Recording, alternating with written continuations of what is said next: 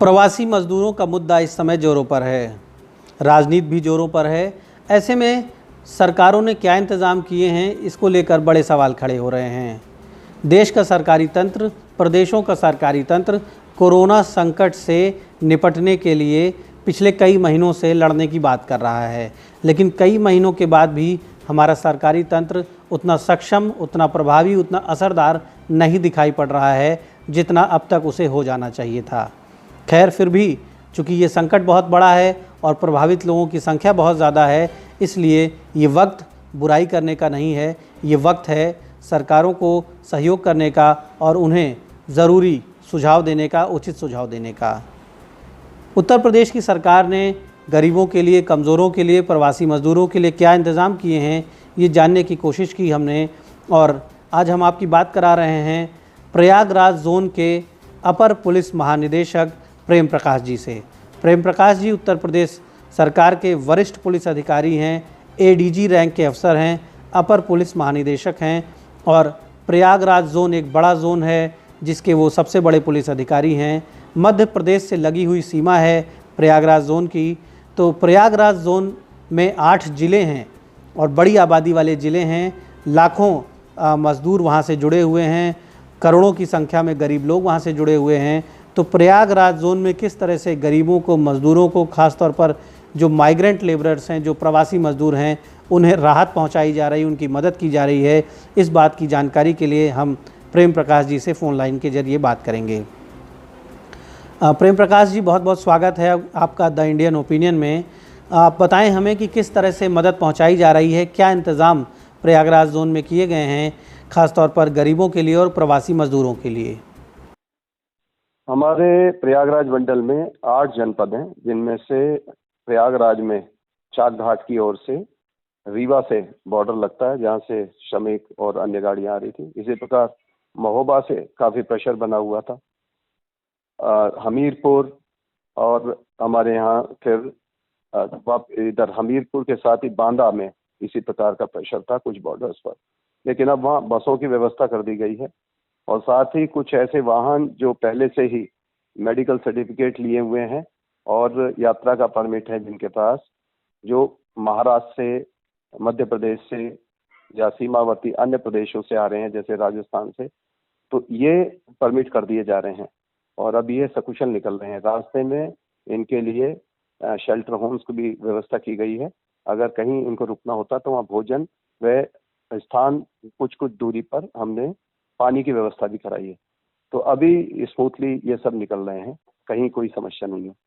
ADG साहब, क्या यह सुनिश्चित किया जा सकता है कि जो भी मज़दूर आ रहे हैं, जो भी गरीब लोग आ रहे हैं या जो भी प्रवासी लोग आ रहे हैं, उन्हें सुरक्षित यातायात की सुविधा मुहैया करा दी गई है? अब वो पैदल नहीं चल रहे हैं, अब वो असुरक्षित वाहनों से यात्रा नहीं कर रहे हैं।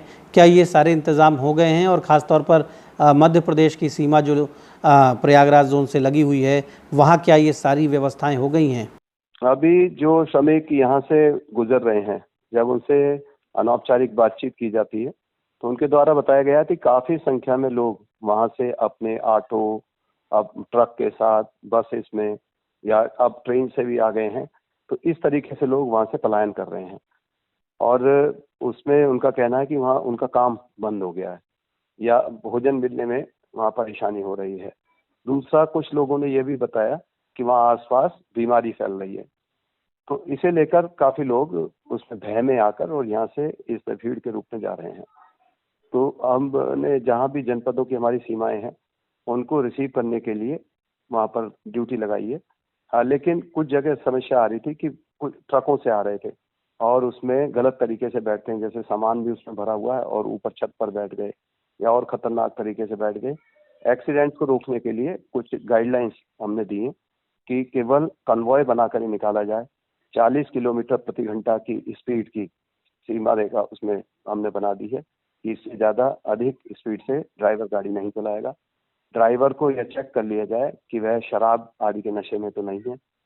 यदि रात में लेट हो जाते हैं तो कुछ लोग जो दूरी से ज़्यादा से चल कर आ रहे हैं, उनको रोक कर उनको सलाह दी जा रही है कि वो आराम करें और वो रात में 2 बजे से सुबह 5 बजे तक कदापि ना चलें, क्योंकि यह एक्सीडेंट होने का सबसे ज़्यादा खतरनाक समय है। बहुत बहुत धन्यवाद आपका प्रेम प्रकाश जी।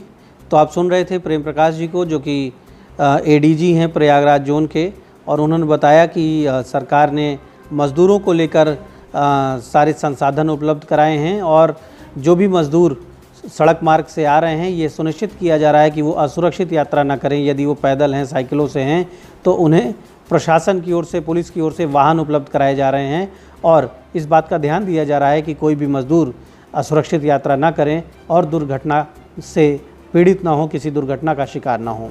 तो जो घटनाएं हुई पिछले दिनों में, मज़दूर घायल हुए, मज़दूरों की मौत हुई, तो उन घटनाओं के बाद ऐसा लगता है कि सरकारी तंत्र नींद से जागा है। और यह भी दुखद है, हमारे देश में एक गलत परंपरा बन गई है कि जब कोई बड़ी घटना होती है उसके बाद ही हमारा सरकारी तंत्र जागता है।